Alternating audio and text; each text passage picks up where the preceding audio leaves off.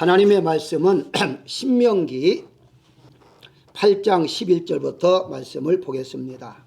내가 오늘 내게 명하는 여호와의 명령과 법도와 규례를 지키지 아니하고 내 하나님 여호와를 잃어버리지 않도록 삼갈지어다. 내가 먹어서 배부르고 아름다운 집을 짓고 거주하게 되며 또 내 소와 양이 번성하며 내 은금이 증식되며 내 소유가 다 풍부하게 될 때에 내 마음이 교만하여 내 하나님 여호와를 잃어버릴까 염려하노라. 여호와는 너를 애굽 땅 종되었던 집에서 이끌어내시고 너를 인도하여 그 광대하고 위험한 광야 곧 불뱀과 정갈이 있고 물이 없는 건조한 땅을 지나게 하셨으며 또 너를 위하여 단단한 반석에서 물을 내셨으며 내 조상들도 알지 못하던 만나를 광야에서 내게 먹이셨나니 이는 다 너를 낮추시며 너를 시험하사 마침내 내게 복을 주려 하심이었느니라. 아멘. 본문의 2절과 16절을 보면 광야에서 너를 시험하사 라는 말씀이 있는데요, 시험하시는 목적을 분명히 16절에서 밝힙니다. 왜 하나님이 우리 믿는 자들을 시험하시는가? 그것은 복 주시려고 라고 16절에 말씀하고 있습니다. 한마디로 복을 주시기 위해서 받을 자격이 있는가 하는 그 점인데요, 오늘 본문에서 주목할 단어는 복을 주시는데 마침내라는 단어입니다. 이게 복을 주시는데 마침내, 원문에 보게 되니까 이 마침내가 최종적으로 라는 말입니다. 그러니까 이제 너는 됐다, 이렇게 합격했다 하는 최종적인 심사가 끝났을 때에 그때에 복을 주시겠다라고 말씀하고 있는 것이죠. 광야의 특징은요, 우리가 잘 아는 대로 없다, 모른다 하는 거거든요. 즉 먹을 양식과 마실 물이 없죠. 광야 본문에 나와 있습니다만은 또 어느 곳으로 가야 할지 방향을 모르는 것입니다. 그게 바로 광야죠. 즉 인간의 힘으로는 아무것도 할 수 없는 곳이기 때문에 오직 하나님만 바라보지 않으면 살 수 없는 곳, 그게 광야요. 그곳에서 하나님이 훈련, 연단, 시험을 하신 것입니다. 다시 말씀드리면 광야에서 아무것도 없는 곳, 어디로 가야 할지 모르는 곳에서 시험하신 것은 오직 하나님만 바라보고 살아라, 이런 의미로 하나님이 광야에서 시험하신 것이다, 이렇게 말씀을 들을 수 있습니다. 마침내 축복이란 마지막 천국문에 들어가는 시간까지 포함해서 우리가 이해를 해야만 됩니다. 다시 말씀드리면 지금까지 하나님이 우리를 연단하시고 이제 끝났다, 이제부터 너에게 마침내 복을 주겠다, 이것만이 아니라 우리가 끝까지 신앙생활을 이 세상 떠나는 그 시간까지, 그 마침내 거기까지 우리가 생각을 하면서 마침내의 축복을 생각을 해야 한다라고 말씀을 드릴 수가 있습니다. 그래서 바울은 디모데후서 4장 7절에서 나의 달려갈 길을 마치고 믿음을 지켰으니 이후로는 상급이 있다, 이렇게 말하고 있는 것도 마침내 이제 끝났다. 이 마침내라는 것은 이제 그때그때마다 이면에서 마치고 이면에서 마치고 마침이 연결되어서 마지막 이 세상 떠나는 날까지 천국문에 들어가기까지가 이어져야 한다, 이렇게 이제 보시면 됩니다. 다시 말씀드리면 마침내의 축복은 한 번으로 끝나면 안 된다는 것입니다. 바로 이런 축복을 받기 위해서 시험이 통과하면 또 다른 축복 받기 위해서 시험이 통과하고 이런 것들이 마침내에서 결과적으로는 최종적으로 마지막 천국까지 들어가는 것, 이게 바로 마침내 축복이다, 이렇게 말씀을 드릴 수가 있습니다. 그래서 오늘은 올해 2021년도 여러분들이 마침내 지금까지 연단을 받았다면 올해는 마침내 하나님 앞에 복을 받는 한 해다, 이렇게 생각하시고 마침내의 축복에 대해서 은혜를 나누고자 합니다. 가장 먼저 첫째, 이 시험을 통과를 해야 하는데 어떤 시험이냐? 생존의 시험을 통과해야 합니다. 생존 1절에 보게 되면 너희가 살고라고 그러거든요. 신명기 8장 혹은 6장도 좀 이제 일부에 언급을 했습니다만은 특별히 신명기 8장은 아주 길어요. 그러면서 여기에 내용이 전체가 핵심이 뭐냐면 살고 죽는 생사에 대해서 말하고 있습니다. 다시 말씀드리면 복받고 저주받고 그 다음에 죽고 사는 문제를 이 8장에서 다 설명하고 있어요. 생사의 기준이 무엇이냐라고 말할 때에 하나님 말씀을 지키면 살고, 다시 8장 19절에는 다른 신을 섬기면 멸망 죽음이다 라고 말을 해요. 이 말씀을 바로 그 예수님께서 마태복음 4장 4절에 이렇게 말합니다. 사람이 떡으로만 살 것이 아니요 하나님의 입에서 나오는 말씀으로 사는 줄을 알게 하랍니다 라고 말하죠. 자, 오늘 본문에 3절에 나와 있습니다. 이 말씀을 예수님께서 인용한 거예요. 다시 말씀드리면 바로 하나님의 말씀으로가 살아가는 것이다. 그것을 사단이 예수님을 시험할 때에 하나님의 말씀으로 사는 거다, 떡으로만 사는 것이 아니다, 이렇게 분명히 말씀하고 있습니다. 자, 이러다 보니까 바로 이 말씀을 해석함에 있어서 대부분의 분들이 이렇게 생각을 해요.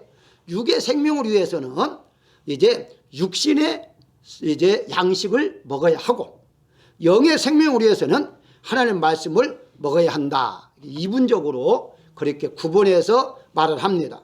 자, 물론 맞는 말입니다. 그러나 100%의 정답은 아닙니다. 다시 말씀드리면 바로 생존의 문제는, 살고 죽는 문제는 본질적으로 먹는 문제가 아니다는 거예요.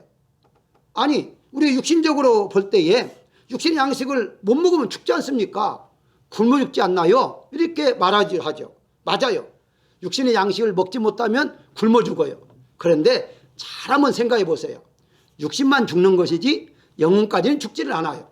근데 반대로 생각할까요? 영혼이 죽으면 어떻습니까? 하나님께서 영혼을 데려가시면 육신은 죽는 거예요. 결과는 그래서 예수님께서 마태복음 28장에 이제 10장 28절에 몸은 죽어도 영혼을 능히 죽이지 못하는 자들을 두려워하지 말아라. 너희가 복음을 증거하다가 너희를 이렇게 순교하게 할 수 있는데 몸만 죽이는 것이지 영혼까지 죽이지 못한다 라고 말씀하신 것도 같은 맥락의 소리가 생각할 수가 있는 것입니다. 자, 이런 면의 소리가 하나님의 말씀을 먹어야 영만 산다가 아니라 하나님 말씀은 영도 살리고 육도 살린다, 이렇게 이제 볼 수가 있는 거예요. 그래서 하나님 말씀이 아주 중요하다. 그래서 생존의 시험이란 무엇이냐? 내가 살고 죽는 것은 오직 하나님의 말씀이다. 다시 말씀드리면 하나님의 손에 달려 있다.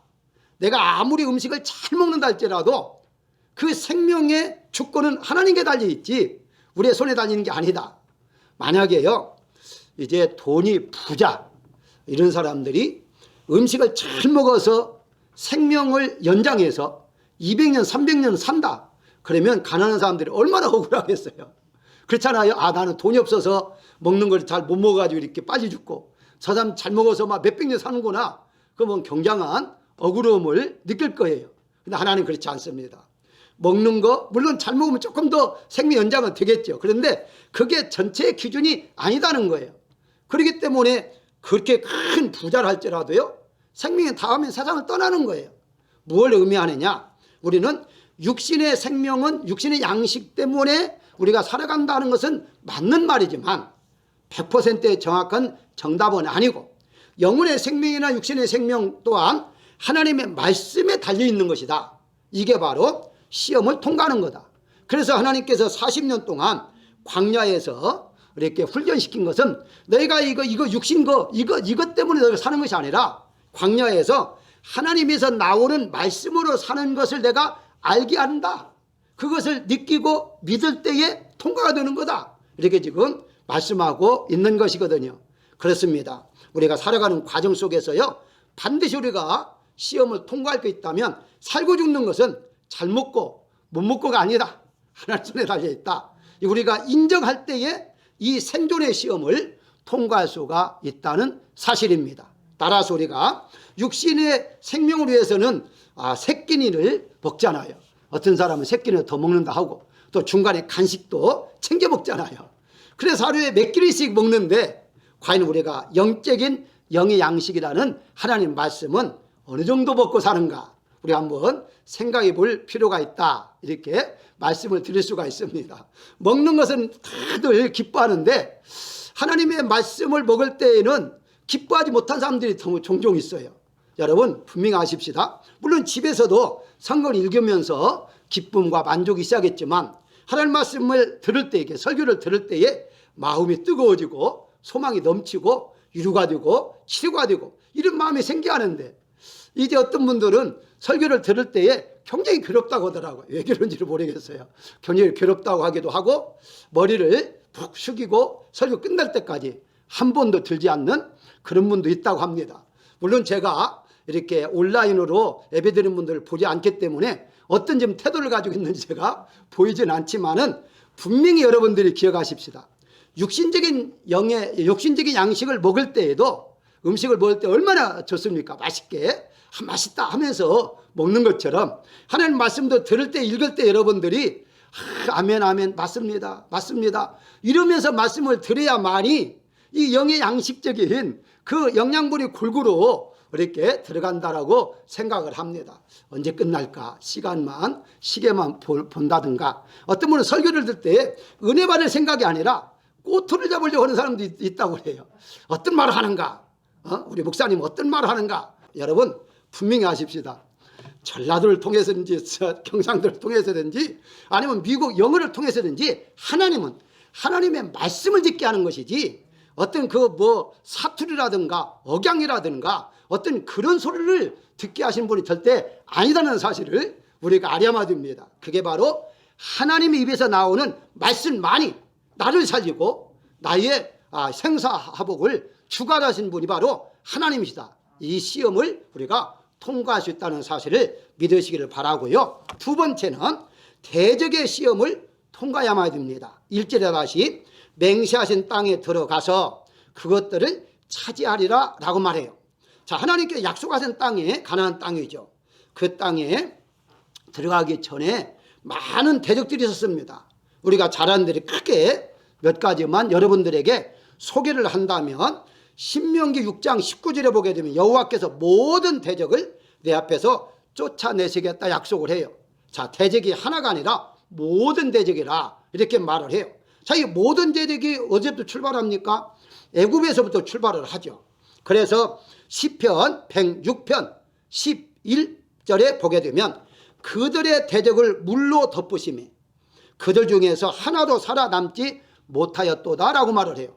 애국 군사들이 쳐들어왔을 때에 홍해가, 갈라졌던 홍해가 다시 합쳐지면서 거기에 다 물로 수장되었다 이 말이거든요. 그러니까 대적들 하나님께서 애국부터 출발해서 하나님한테 다 하나님이 물리쳐 주었다는 것이죠. 뿐만 아니라 광야 생활할 때도요 평탄하지 않았습니다. 이방인들 주변에 있는 족속들이 계속 쳐들어왔어요. 그래서 여러분 잘 아는 대로 전쟁하다가 많은 싸움이 일어나잖아요. 오직하면은 다 해가 멈추고 달이 멈추는 그런 아말렉과의 싸움에서도 그런 싸움이 있었잖아요. 그러니까 그냥 이 광야다국에서 이제 편안하게 있었던 게 아니에요. 공격이 왔어요. 그리고 더 나아가서 가나안 땅도 역시요 바로 7족속에 살고 있었습니다. 성경에 보면 다 대적이라 이렇게 지금 말하고 있거든요. 그러니까 이들을 다 물리쳤을 때만이 비로소 마침내 축복을, 하나님이 복을 받을 수가 있다는 사실이거든요. 그러니까 이런 대적들 때문에 더 이상 가나안 땅을 못 들어간다면 하나님 준비해 놓은 가나안 땅을 차지할 수가 없어요. 그러니까 이것을 하나씩 하나씩 물리쳐야만이 마침내 하나님 준비해 놓으신 복을 받을 수가 있는 것이거든요. 예수님께서는요 마태복음 12장 19절 29절에서 사람이 먼저 강한 자를 결박해야만 그 강한 자의 집에 들어가 그 세간을 늑탈할 수가 있다라고 말을 해요. 다시 말씀드리면 바로 강한 자는 더 강한 힘으로 물리쳐야만이 된다라고 말씀하고 있죠. 자, 구약 시대에 있어서 대적이 애굽과 이방인과 7족속이었다라고 말한다면 오늘 신약 시대에 오늘날 우리의 대적은 과연 누구일까요? 바로 많이 있겠습니다만은 성경에 보게 되니까 에베소 6장 11절에 마귀를 대적하라 라고 말을 해요. 이게 마귀가 대적이라는 거예요. 그러니까 우리는 신약 시대에서는요, 뭐 가나안 족속처럼 일곱 족속과 싸우는 게 아니라 마귀와 싸워야 한다는 거죠. 그래서 그걸 이길 때에, 그 시험을 통과할 때에 하나님 준비해 놓으신 복을 받을 수가 있는 거죠. 그래서 바울은 에베소 6장에서 이렇게 말합니다. 대적하기 위해서 어떻게 하느냐? 이기는 방법을 알려줬죠. 전신 갑주를 입어라 라고 말하고 있습니다. 여기서 우리가 싸워야 할 대상에 대해서도 혈과 육을 상대하는 것이 아니라 라고 말을 해요. 그러니까 우리의 싸움은 육의 싸움이 아니라는 거예요. 그럼 무슨 싸움입니까?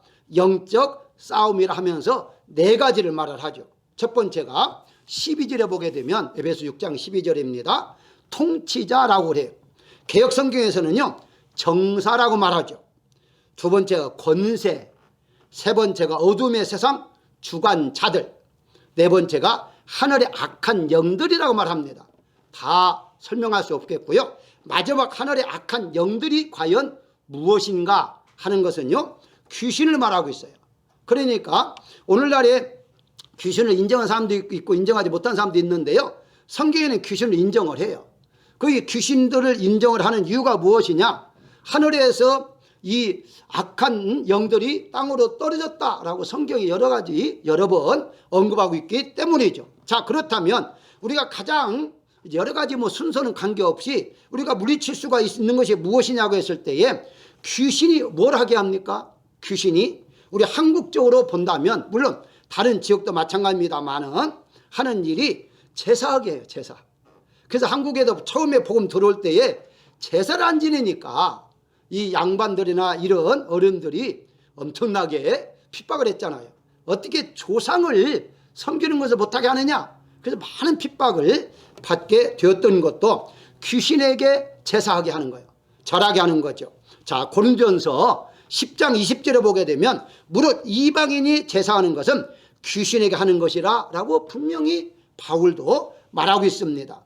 귀신들이 질병을 가져오게 하기도 해요. 그래서 마태복음 12장 22절에 예수님께서 귀신 들려 눈 멀고 말 못하는 사람을 데리고 왔거늘 예수께 고쳐주셨다라고 말하고 있습니다.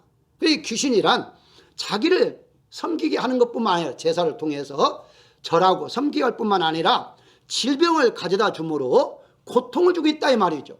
그렇기 때문에 우리가 가장 먼저 예수님을 믿는 첫 번째의 마귀와 대적에서 싸워서 이겨야 할 시험이 무엇이냐? 귀신을 섬기지 않는 거예요. 즉 미신을 믿지 않는 거예요.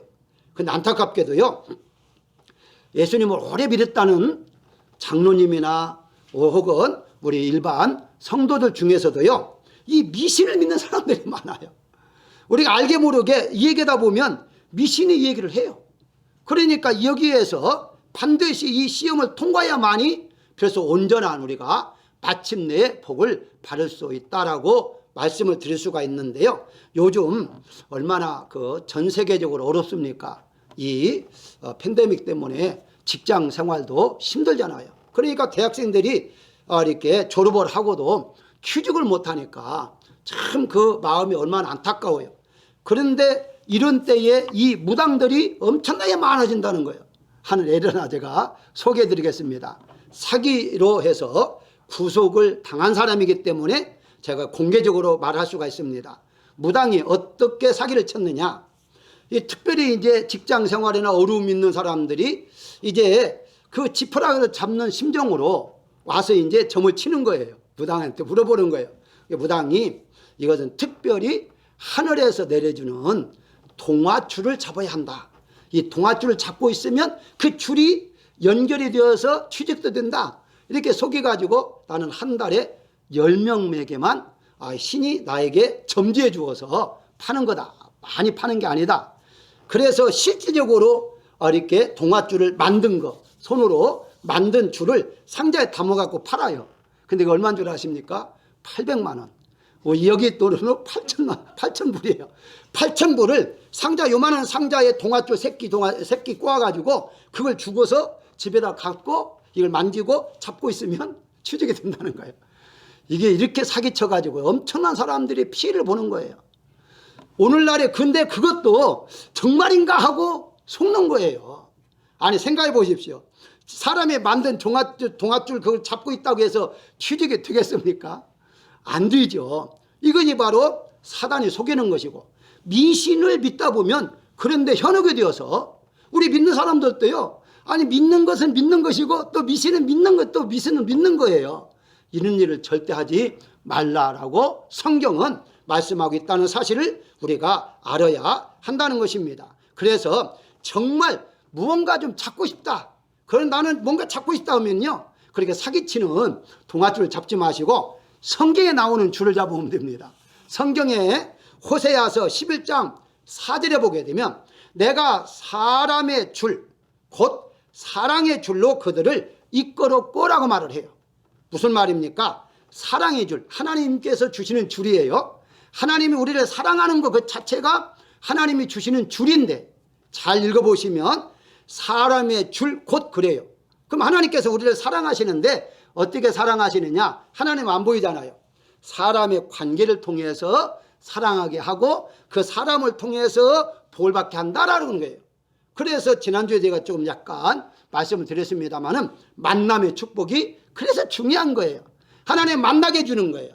이렇게 만나게 하셔서 그 만남을 통해서 하나님이 우리에게 나는 너를 사랑한다, 그렇기 때문에 내가 너를 그 사람을 통해서 복을 주겠다라고 말하고 있는 거죠.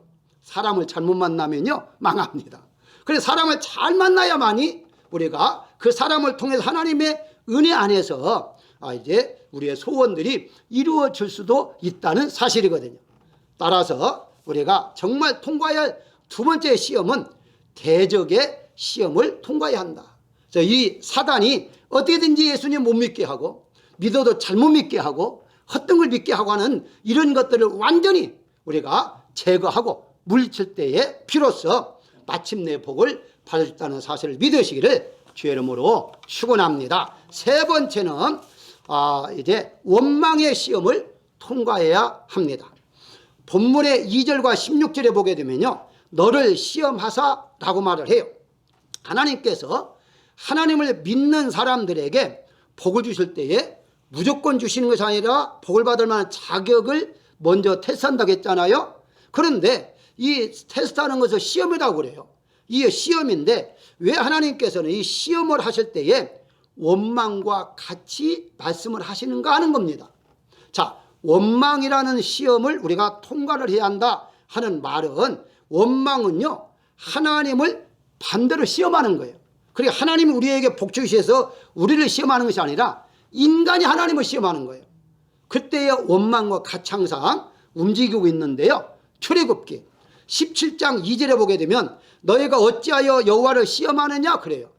하나님이 시험한다는 거예요. 그러면서 이어서 3절에 백성이 목이 말라 모세에 대하여 원망하며 우리를 죽게 하느냐라고 그래요. 그러니까 모세를 원망한다는 것은 하나님을 원망하는 것이고 그것이 곧 하나님을 시험하는 거다라고 말을 해요. 그러면서 이어서 바로 이 백성들이 하나님을 시험한다는 내용이 7절에 나옵니다. 7절에 이제 여호와를 시험하 이르기를 여호와께서 우리 중에 계신가 안 계신가 하였음이더라 라고 말을 해요. 다시 말씀드리면 하나님 과연 우리와 함께 하시는가 하는 거, 그게 뭐예요? 불신이잖아요. 그게 결국 가서는 이 원망 어디서 나오느냐? 불신에서, 하나님 믿지 못함에서 나오는 거예요. 그게 우리가 어떤 경우라도 원망을 하지 말아야 할 이유가, 원망은 불신이다, 믿지 못해 나오는 거다. 정말 하나님 믿는다면 어떤 환경에서도 원망하면 안 된다, 우리가 분명히 알아야 하는 건데요, 하나님께서 10가지의 재앙을 통해서 그들을 애굽에서 가나안 땅으로 인도하시는 중에서도 기적을 베풀어 줬어요.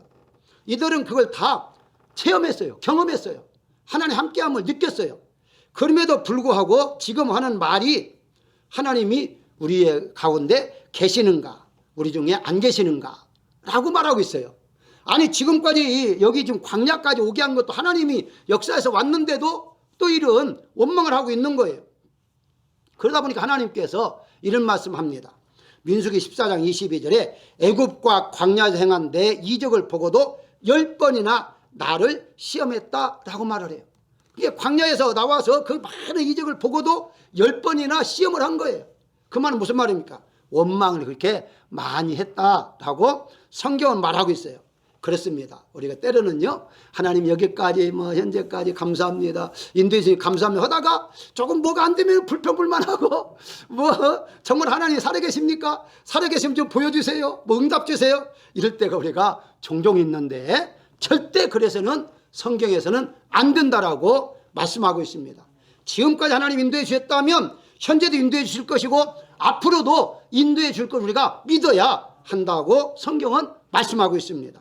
그렇기 때문에 하나님은 어떤 경우라도 어떤 환경 속에서도 시험, 즉 원망을 해서는 안 된다라고 말씀을 드릴 수가 있는데요. 고린전서 10장 9절에 보게 되면 그들 가운데 어떤 사람들이 주를 시험하다가 뱀에게 멸망하였나니 우리는 그들과 같이 시험하지 말자라고 말을 해요. 자, 여기에서 우리가 한 가지 알고 지나갔겠습니다. 이들이 원망을 했다는 것을 바울은 뱀을 연결을 시켜요. 물론 여러분 알다시피 광야에서 뱀이 물어서 죽게 만들잖아요, 원망하는 자들을. 자, 그런데 그 광야에는 많은 사나운 짐승이 있습니다. 그런데도 왜 뱀에게 물려 죽게 만들었냐는 거예요. 그걸 우리가 알 때에 우리가 원망하는 것은 사단이 하는 거구나 하는 것을 알게 되는데요. 요한계시록 19장 9절에 보게 되면 큰 용이 내어 쫓기니 옛뱀 곧 마귀라도 하고 사단이라고 하여 온 천하를 꾀는 미혹하는 자라라고 말을 해요. 그러니까 뱀이라는 말은 사탄이라는 말이에요. 그러니까 한마디로 광야에서 뱀에게 멸망받았다는 말은 뱀에 의해서, 사단에 의해서 원망하게 하고 하나님 못 믿게 해서 너희가 죽임을 당했다 이 말입니다. 결국은 무엇이냐, 우리가 하나님을 시험한다는, 원망한다는 말이요, 원망한다는 말은 불신, 믿음이 없다는 말이요, 믿음이 없게 하는 건 누구냐, 사단이라는 거예요. 그래서 어떤 경우 우리 입에서 원망은 나와서는 안 된다 하는 것입니다. 민수기 21장 5절에 보게 되면 이제 그 한 가지 예를 제가 한번 잠시 소개를 한다면요, 하나님께 만나를 내주셨잖아요. 그런데 이 만나를 먹고서 이들이 이렇게 말합니다. 원망하면서 하찮은 음식을 싫어하노라 그래요. 하찮은 음식, 이 말은 영양가도 없다 이 말이거든요. 우리가 흔히 좀 죄송합니다만은 고기 좋아하는 분들이 채소만 갖다 주면은 이렇게 말하죠. 왜 풀떼기만 주느냐 이렇게 하잖아요. 왜 풀밭이냐 이러잖아요. 해군 공군은 다 어디 갔느냐 이렇게 말하는데 지금 이들이 마찬가지예요. 근데 여러분 잘 생각해 보십시다. 만나가 40년 동안 먹었어요. 만나가. 그런데 이 만나 한 가지 음식인데 40년 동안 먹었어도 그들이 배고프지 않았어요. 영양 부족이 없었다 이 말입니다. 그 말은 무슨 말이에요? 하나님께서 만나를 내주실 때요, 그 가운데 그 엄청난 사람에 필요한 영양분을 다 넣어줬다는 거예요. 그러니까 그 만나를 먹고도 40년 동안 그렇게 병들지 않고 살 수가 있었던 거예요. 근데 이들은 그걸 깨닫지 못했던 거예요. 그 속에 그 각양각색의 영양분이 들어있던 깨닫지 못하고 이 하찮은 음식을 우리가 싫어한다 그러면서 그전에도 한번 불평할 때가 있었죠. 원망할 때가 있었는데 그게 뭐였습니까? 애굽에서는 생선과 오이와 부추와 파와 마늘들을 먹었다, 이건 없다 이렇게 불평했잖아요. 원망했잖아요. 여러분 이 부추, 파, 마늘 다 좋은 거죠. 사실은 좋은 거죠. 그런데 만나 속에 이런 것들이 들어있을 영양분을 다 하나님 넣어놓았어요. 그러니까 간단히 그것만 먹으면 다 해결되는 거예요.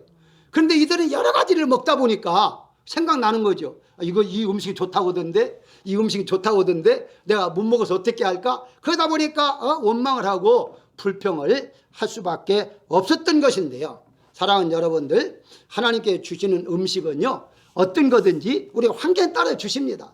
때로는 잘 먹기도 하고요, 때로는 또 이제 잘 못 먹기도 해요. 신경 쓰지 마십시오. 하나님 다 아시고 때를 따라 채워주십니다. 그리고 우리가 살아갈 때 영양분이 조금 부족하다, 요즘 내가 먹는 게 좀 부실하다 그러면 사람을 통해서요 또 영양분이 풍부한 건 또 갖다 줍니다. 뭐 영양제를 사다 준다든가 아니면 고기를 뭐 한 박스 갖다 온다든가. 여러분 그런 것이 하나님 하시는 것을 피부로 느끼고 살아야 해요.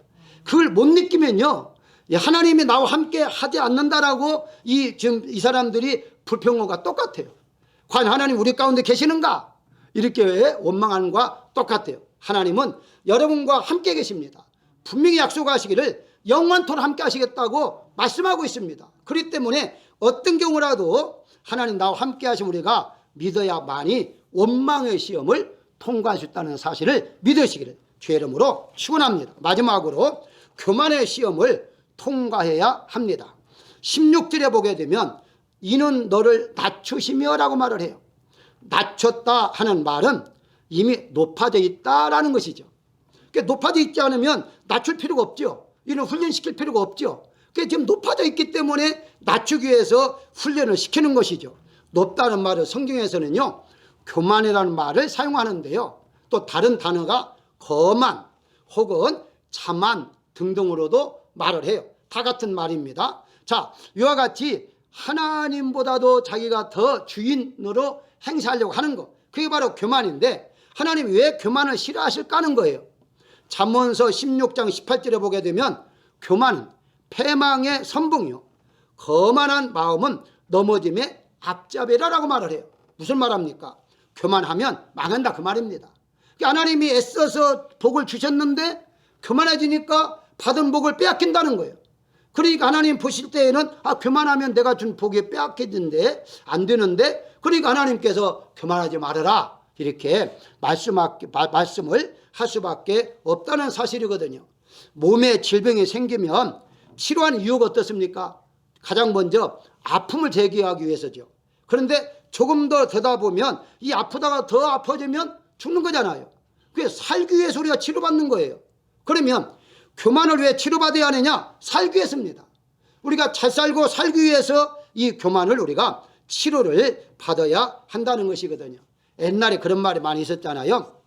예수를 믿으려면 내 주먹을 믿어라 이런 말이 있었잖아요. 근데 그런 사람들 중에서도 간증을 들어보니까 그렇게 큰 소리 친 사람이 죽을 고비를 겪고 난 다음에는요 그 말이 입에서 안 나오더라 하는 간증하는 사람이 있어요. 무엇을 말합니까? 한번 죽음이라는 것을 뭔가 모를 때에 교만해가지고 큰 소리 빵빵 치지만 막상 죽음의 고비가 다가왔을 때에는 난 아무것도 아니구나, 내가 할 수 있는 일이 아무것도 없구나 하늘 깨달을 때에 비로소 하나님 앞에 무릎을 꿇을 수밖에 없다는 사실이죠.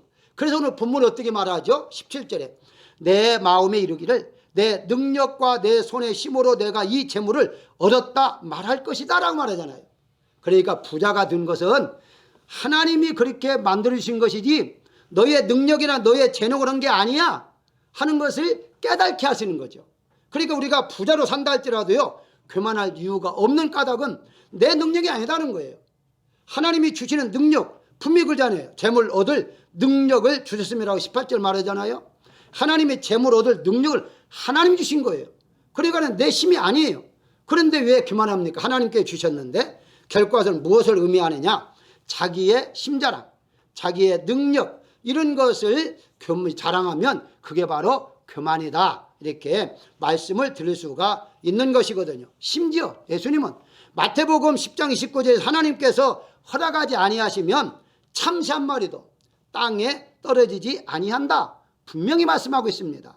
그러니까 모든 것이 하나님의 주권에 의해서 섭리에 의해서 움직이는 것이다 이렇게 말씀을 드릴 수가 있는 거죠. 그래서 교만이라는 것은요 자기 옛사람을 죽이는 거예요. 옛사람이 죽지 않으면요 자꾸 나옵니다. 자랑이 나와요. 자기 자랑이 나와요. 내가 이렇게 자기 경제 나옵니다. 오직하면 디모데후서 3장에 말세에는요 자기 자랑 그렇게 나오잖아요. 말세가 무엇이냐? 자기 자랑을 많이 한다는 거예요. 여러분 우리가 정말 자랑하고 싶으면요 자기 자랑이 아니라 예수님 자랑을 살아야 해요. 그래서 바울도 나는 십자가 위에 자랑하지 않겠다. 아니 정말 자랑거리는요 바울이 너무 많이 가지고 있어요. 그럼에도 불구하고 바울은 자랑하지 않겠다 이렇게 말한 이유가 이것을 깨달았기 때문이에요. 사랑하는 여러분, 교만한 인생을 저는 한마디로 허수아비로 표현하고 싶어요. 허수아비는 바로 여러분 잘 아다시피 이상한 옷을 입히고 머리도 모자도 큰 모자 쓰게 하고 이상하게 만들어 놓잖아요. 보기에는 멀리서 보면 꼭 사람 농부같이 보여요. 새도 이제 사람이다 생각하고서 이제 새를 쫓아내려고 하죠. 그런데요 몇 번 하다 보면 새도 약어가지고 허수아비 있을 처음에는 사람인가 보다 하고 도망갔다가 가만히 보니 움직이지를 않으니까 자꾸 이제 속지 않는데요. 그러다 보니까 그것도 한두 번이지. 이것은 뭐냐, 허수아비는 모양은 사람 같은데 생명이 없잖아요. 그러니까 우리가 교만한 것은요, 바로 자기는 최고로 잘났다고 이렇게 자랑하지만 그건 허수아비 똑같다. 생명 없는 거다. 아무 의미가 없다. 그렇기 때문에 우리가 정말 이 교만의 시험을 통과할 때에 마침내 하나님 예배 놓으신 축복을 받으셨다는 사실을 우리가 믿어야 할 것입니다. 결론적으로 말씀을 드리면 오늘 본문 4절에 보게 되면 40년 동안에 내 의복이 헤어지지 아니하였고 내 발이 부르트지 아니하였느니라. 발이 부르트지 않았다는 말은 신발을 하나님께서 계속해서 이렇게 닳지 않았다, 혹은 신발을 제공해 줬다, 뭐 이렇게 우리 해석할 수가 있겠죠. 9절에 보게 되면 내가 먹을 것에 모자람이 없고 내게 아무 부족함이 없는 땅이며, 10절에 내가 먹어서 배부르고 내 여호와께서 옥토를 내게 주셨으므로 말미암아 그를 찬송하리라 그래요. 자, 여기에 공통점이 뭡니까? 하나님이 지켜주셨다는 겁니다. 하나님 필요한 것을 제공해 주셨다는 거예요. 자, 그런데 이렇게 제공해 줬는데도 하나님을 원망하거나 불평하고 이렇게 시험하다 보니까 하나님께서 다시 말씀하시는 거예요. 왜 하나님이 다시 시험하시냐 할 때에 시험한 이유가 그런 것이 없게 하기 위해서 한다는 거예요. 다시 한번 볼까요? 2절에 기억하라 그래요. 두 번째 11절에 여호와를 잊어버리지 않도록 하라. 세 번째 14절에 여호와를 잊어버릴까 염려하노라. 네 번째 19절에 여호와를 기억하라. 반복되는 말씀이 무엇인가요? 하나님을 잊어버리지 말고 기억하면서 살아라는 거예요. 이게 오늘의 결론이에요. 무엇을 말하냐, 우리가 정말 하루하루 살아가면서 어떤 때는 하나님만 산다고 하면서 하나님 잃어버리고 살 때가 많습니다. 잊어버리지 말고 살아라는 거예요. 내가 잠자든지 어디에서 일하든지 무엇을 하든지 하나님은 늘 나와 함께 하심을 기억하고 살아라는 거예요. 그게 바로 마침내 복을 받는 비결이라고 오늘에 말씀하고 있습니다. 사랑하는 여러분, 우리가 무언가 가지고 무언가 잘 되고 하다 보면 하나님 잃어버릴 수 있다라고 성경은 말합니다. 그래서 하나님은 시험에서 그걸 잃어버리지 못하도록 단단하게 우리를 연단해서 끝까지 하나님 잊어버리지 않고 살게 하신다고 말씀하고 있습니다. 올해 2021년도에 마침내의 축복이 여러분들에게 임하는 하나가 되시기를 주의 이름으로 축원합니다.